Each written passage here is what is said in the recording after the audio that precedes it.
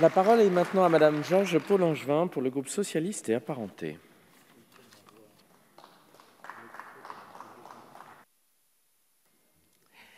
Merci, Monsieur le Président. Monsieur le Ministre, Madame la Présidente de la Commission, Monsieur le rapporteur, mes chers collègues. Depuis maintenant plusieurs semaines, nous examinons en urgence ce projet de loi relatif à la prorogation de l'état d'urgence sanitaire dans des conditions de travail assez délicates. Nous poursuivons depuis ce temps un dialogue de sourds entre une opposition parlementaire volontariste, constructive, mais attentive au respect du Parlement, et un gouvernement qui souhaite à tout prix imposer ses convictions, quitte à faire revoter une disposition adoptée, mais contraire à sa volonté. Nous acceptons de légiférer en urgence, de travailler plusieurs week-ends de suite. Telle est notre mission dans les circonstances exceptionnelles que connaît notre pays. Mais nous aurions souhaité que ces débats s'avèrent constructifs. Nous voulions trouver un juste équilibre entre un arsenal législatif adéquat permettant au gouvernement d'agir vite et bien et la création de garde-fous suffisants pour garantir les libertés publiques fondamentales, la mission législative et le contrôle du Parlement.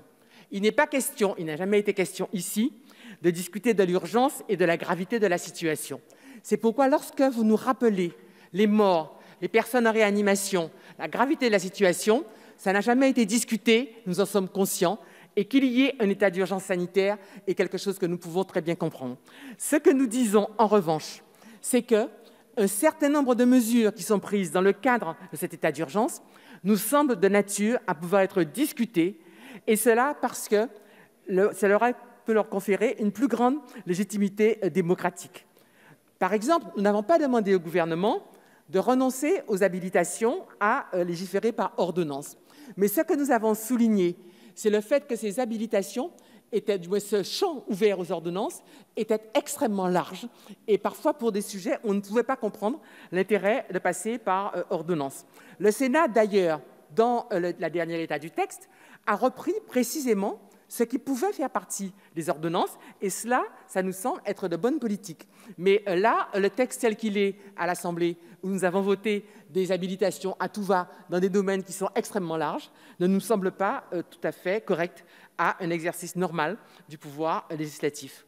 Et ceci, vous nous demandez en fait une confiance aveugle, alors qu'on a bien vu, ce n'est pas de votre faute, que vous tâtonnez, vous ne savez pas très bien où vous allez, et par conséquent, nous demander une confiance aveugle dans ce cadre-là est quelque chose que nous ne pouvons pas comprendre. Par exemple, les ordonnances ont permis une violation assez étonnante, ou peuvent permettre en tout cas une violation étonnante des droits élémentaires des travailleurs.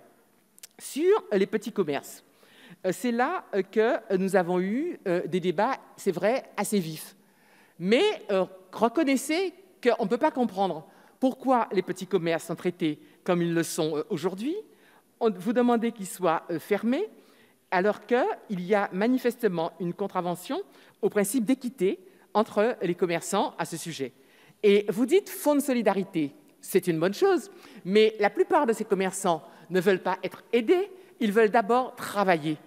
Et je pense qu'aujourd'hui, ce que vous êtes en train de faire, c'est de permettre aux grandes structures comme Amazon ou Discount, de profiter de cette situation de concurrence inéquitable, et par conséquent, on est en train de gafaïser notre économie. Au mois de mai, nous avions mis en garde contre l'isolement des personnes âgées qui allait créer des situations de détresse. Aujourd'hui, nous vous appelons aussi à respecter le droit des petits commerçants à pouvoir travailler.